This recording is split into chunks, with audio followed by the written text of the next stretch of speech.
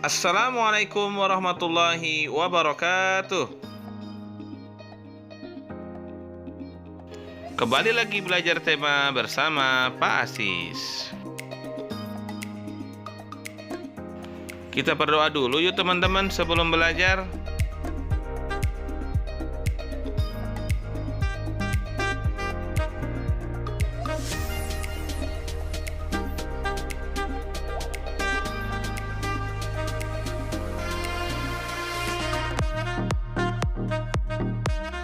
Pada pembelajaran sebelumnya, kita telah mempelajari tentang unsur-unsur iklan dan sistem pencernaan manusia. Pada pembelajaran kali ini, kita akan masuk ke tema 3, subtema 1, pelajaran 3. Apa itu keragaman sosial budaya? Ada yang tahu? Ya betul, keragaman sosial budaya yaitu perbedaan dalam masyarakat yang berpengaruh terhadap cara hidup sehari-hari. Teman-teman, keragaman sosial budaya di Indonesia sangat erat kaitannya dengan semboyan negara kita. Ada yang tahu tidak semboyan bangsa dan negara kita apa? Ya betul, semboyannya yaitu Bhinneka Tunggal Ika yang artinya berbeda-beda tetapi tetap satu tujuan.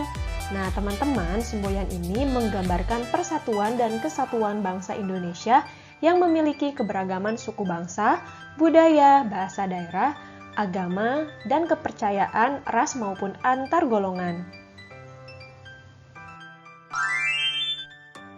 Nah, teman-teman, selanjutnya kita akan mengetahui jenis-jenis keragaman sosial budaya di Indonesia beserta contohnya. Di sini ada teman-teman yang sudah tahu apa saja sih jenis-jenis keragaman sosial budaya di Indonesia? Iya betul, yang pertama ada keragaman suku bangsa. Keragaman suku bangsa merupakan golongan sosial yang berbeda-beda dengan golongan sosial lainnya yang memiliki ciri mengenai asal-usul, tempat asal, dan kebudayaannya. Contohnya yaitu ada suku Jawa, suku Batak, suku Nias, suku Sunda, suku Betawi, suku Madura, dan lain sebagainya.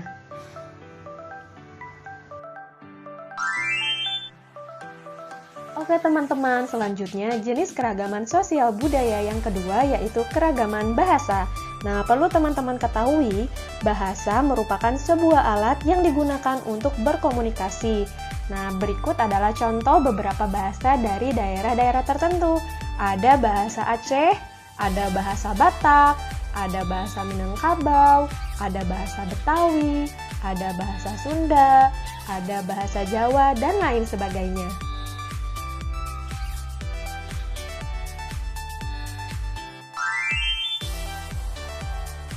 Teman-teman, selanjutnya kita akan mengetahui jenis keragaman sosial budaya yang ketiga, yaitu keragaman rumah adat.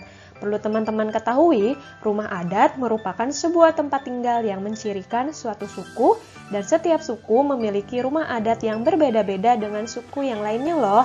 Ada rumah adat apa saja sih? Yang pertama, contohnya ada rumah adat Bolon, rumah adat Gadang dari Sumatera Barat, kemudian rumah adat Joglo dari Jawa, ada rumah adat Honai dari Papua, dan lain sebagainya.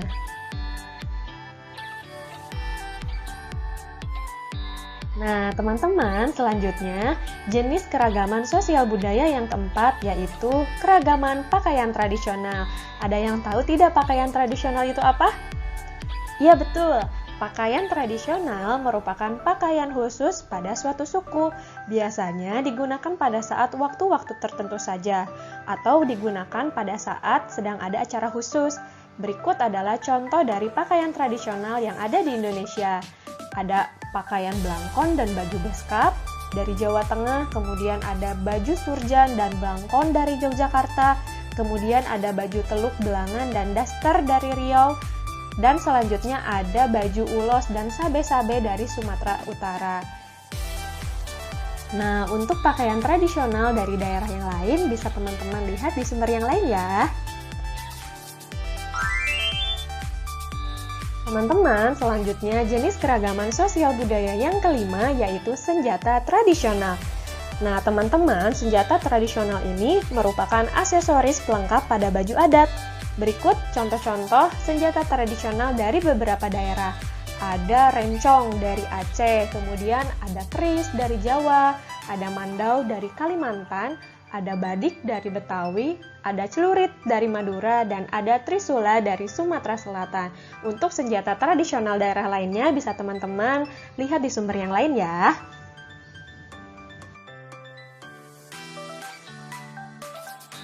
Selanjutnya, jenis keragaman sosial budaya yang keenam yaitu keragaman makanan khas. Nah, teman-teman, makanan khas di sini merupakan sebuah makanan yang dikonsumsi masyarakat tertentu dengan cita rasa yang khas dari daerahnya masing-masing. Di sini ada teman-teman yang suka makan makanan khas dari daerahnya? Iya sama. Berikut adalah beberapa makanan khas, yaitu ada gudeg dari Jogja, kemudian ada rendang dari Padang, ada pempek dari Palembang, ada rujak cingur dari Surabaya, ada ayam betutu dari Bali, ada papeda dari Maluku dan Papua, dan ada masih banyak makanan yang lainnya dari daerah-daerah yang lain.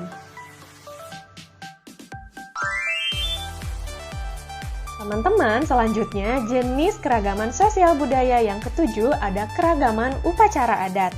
Upacara adat ini merupakan suatu adat istiadat atau kepercayaan suatu masyarakat setempat dari daerah masing-masing. Berikut adalah contoh upacara adat yang ada di Indonesia. Yang pertama ada upacara Kasodo dari Tengger, ada upacara Lompat Batu dari Nias, ada upacara Grebek Suro dari Solo, dan ada upacara Ngaben dari Bali.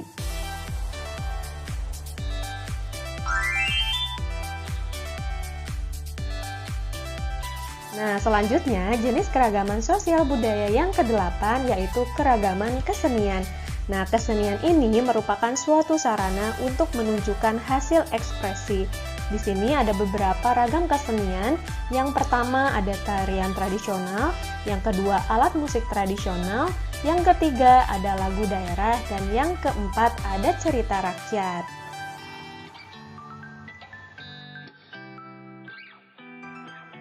Nah, teman-teman, jenis keragaman sosial budaya yang terakhir yaitu keragaman agama. Di sini ada yang tahu tidak? Ada berapa agama yang diakui oleh negara Indonesia? Iya betul, ada 6, yaitu agama Islam, agama Kristen Protestan, agama Katolik, agama Hindu, agama Buddha, dan agama Konghucu.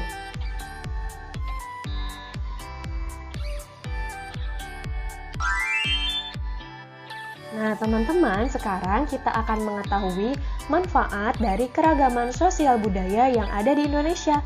Apa saja sih manfaat keragaman sosial budaya yang ada di Indonesia? Oke, yang pertama, menarik minat para wisatawan asing dan dalam negeri untuk berkunjung. Kemudian, manfaat yang kedua, mempererat persatuan dan kesatuan bangsa. Manfaat yang ketiga, memperluas wawasan masyarakat tentang keragaman sosial budaya. Manfaat yang keempat, bisa menjadi kekayaan budaya bangsa. Dan manfaat yang kelima, menjadi daya tarik para wisatawan domestik dan mancanegara.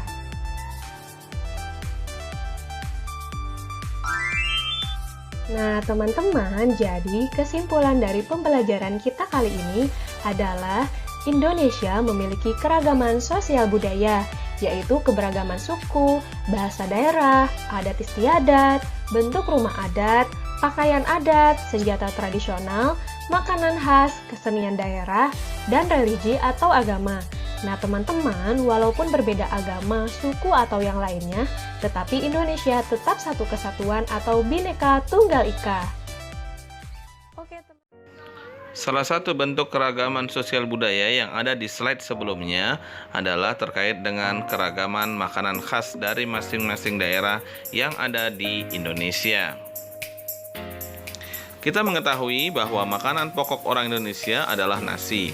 Namun di berbagai daerah terdapat juga makanan pokok selain nasi. Di antaranya ada jagung, ada singkong, kemudian ada sagu, dan lain-lain. Untuk itu, kita akan melihat slide selanjutnya terkait dengan makanan pokok orang Indonesia selain nasi. Halo sahabat Makan Baik, ketemu lagi bersama kita di Makan Baik. Kali ini kita akan membahas mengenai berbagai jenis makanan pokok Tahukah kamu bahwa dahulu masyarakat kita mengkonsumsi berbagai jenis makanan pokok? Namun, hal ini perlahan mulai hilang dari kebiasaan kita. Nasi putih semakin populer dikonsumsi sebagai makanan pokok. Padahal, ada banyak jenis makanan pokok yang dapat kita konsumsi. Berikut 7 jenis makanan pokok pengganti nasi putih. Sagu. Sagu merupakan makanan pokok bagi masyarakat di Maluku dan Papua yang tinggal di pesisir. Sagu dapat ditemukan dalam pohon sagu. Sagu dimakan dalam bentuk papeda, semacam bubur dan atau olahan lainnya. Sagu dijual sebagai tepung curah maupun yang dipadatkan dan dikemas dengan daun pisang. Selain itu, saat ini sagu juga dapat diolah menjadi mie. Jagung. Jagung adalah salah satu makanan pokok yang menghasilkan karbohidrat yang penting di dunia. Jagung banyak ditemukan di Amerika Tengah dan juga Amerika Selatan. Jagung juga banyak dikonsumsi oleh penduduk Afrika dan beberapa daerah di Indonesia. Jagung dapat diolah menjadi bubur jagung dan juga jenis olahan lainnya sebagai makanan pokok sehari-hari. Singkong. Makanan pokok yang satu ini memiliki banyak nama. Singkong adalah salah satu nama yang dikenal di Jawa Barat. Selain itu, singkong juga dikenal dengan istilah ubi kayu atau ketela pohon. Umbi singkong dapat dimakan mentah. Kandungan utama singkong adalah pati dengan sedikit glukosa, sehingga rasanya sedikit manis. Singkong dapat ditemukan di seluruh dunia. Nigeria, Brasil, dan Indonesia adalah negara penghasil singkong terbesar di dunia. Di Indonesia, singkong dapat dijadikan singkong rebus atau singkong goreng sebagai makanan utama. Ubi jalar. Ubi jalar banyak terdapat di Afrika. Ubi jalar adalah salah satu makanan pokok yang penting di Afrika. Ubi jalar merupakan sumber karbohidrat yang penting dalam sistem ketahanan pangan kita. Selain karbohidrat, ubi jalar mengandung vitamin dan mineral penting dan juga antioksidan serta serat. Di Indonesia, ubi jalar dikonsumsi sebagai makanan pokok dalam bentuk ubi rebus dan olahan lainnya. Ubi jalar juga merupakan bahan dasar dalam mengolah atau membuat sebuah kue. Gandum. Gandum adalah sekelompok tanaman serealia dari suku padi-padian. Gandum kaya akan karbohidrat. Gandum biasanya digunakan untuk memproduksi tepung terigu. Gandum juga dapat difermentasi untuk menghasilkan alkohol. Berdasarkan sumber dari arkeolog, gandum diperkirakan berasal dari sekitar Laut Merah atau Laut Mediterania, yaitu di Turki, Syria, Irak, dan Iran. Gandum banyak dikonsumsi sebagai sarapan sehari-hari.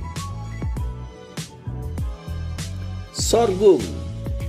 Sorghum adalah tanaman serbaguna yang dapat dijadikan sebagai sumber pangan dan juga sumber karbohidrat. Sorghum dikenal sebagai makanan pokok. Sorghum merupakan makanan pokok yang penting di Asia Selatan dan Afrika Sub-Sahara. Sorghum juga banyak digunakan sebagai bahan baku di dunia industri. Roti. Roti adalah makanan berbahan dasar utama tepung terigu dan air yang difermentasikan dengan ragi. Tetapi ada juga yang tidak menggunakan ragi. Roti diolah dengan berbagai bahan seperti garam, minyak, mentega, ataupun telur untuk menambahkan kadar protein di dalamnya, sehingga didapatkan tekstur dan rasa tertentu. Roti termasuk makanan pokok di banyak negara-negara bagian barat seperti Italia, Inggris, dan Spanyol. Roti adalah bahan dasar pizza dan juga lapisan luar roti lapis. Roti biasanya dijual dalam bentuk sudah diiris dan dalam kondisi yang segar yang dikemas rapi dalam plastik. Mengonsumsi makanan pokok yang beragam selain baik untuk kesehatan, juga membuat kamu tidak tergantung pada salah satu jenis makanan pokok saja. Terlebih lagi, di Indonesia tidak sulit mendapatkan makanan pokok alternatif pengganti nasi. Pada prinsipnya, untuk lebih mengenalkan makanan pokok selain nasi, kita membutuhkan media untuk menyampaikan. Media tersebut bisa kita sampaikan dalam bentuk iklan. Apa sebenarnya tujuan beriklan? Untuk mengetahuinya, simaklah penjelasan berikut ini. Iklan adalah sebuah ajakan atau bujukan yang ditujukan kepada pembaca, pendengar, maupun penonton yang menerima informasi tersebut untuk memakai atau menggunakan segala macam hal yang ditawarkan dari pembuat tawaran atau si pengiklan. Sebuah iklan yang baik harus memenuhi kriteria sebagai berikut. Yang pertama, menggugah pembaca atau pendengar iklan. Artinya, iklan itu harus mencermati kebutuhan konsumen, memberikan solusi, dan memberikan perhatian. Yang kedua, informatif dan komunikatif. Sebuah iklan harus menggunakan kata-kata yang jelas, bersahabat, mudah dipahami, dan tidak bertele-tele. Yang ketiga, persuasif. Artinya, rangkaian kata-kata kalimat dalam sebuah iklan harusnya membuat konsumen nyaman, senang, tentram, serta menghibur.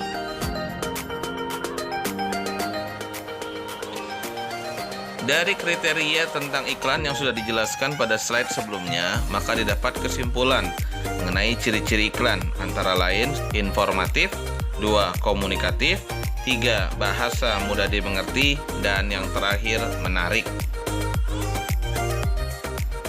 Tugas kalian adalah mencari bentuk interaksi sosial di masyarakat serta menarik kesimpulan.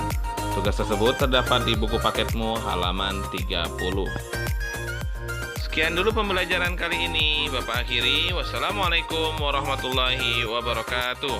Tetap semangat dan tetap jaga kesehatan. Terima kasih.